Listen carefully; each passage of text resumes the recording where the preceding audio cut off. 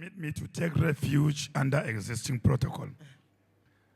I've listened attentively to the discussion of the panelists, but I think the missing link here is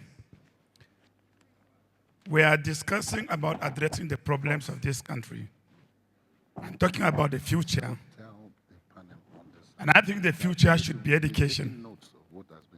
Because if there is any legacy left for us by the colonialists, it's education.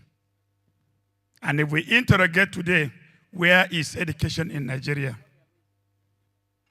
It remains a very big question.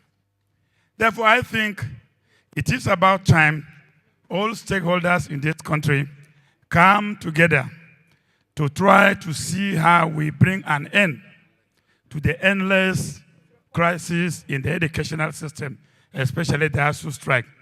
Because as I speak here, I am a victim of ASUU strike. I spent 9 years in the university, so instead of 5 years. And of course, 9 years in a person's life is a serious business. So I think as we look towards 2023, if the universities are closed, I'm afraid whether there will be a future, and I'm afraid whether we'll have a peaceful election. Thank you very much.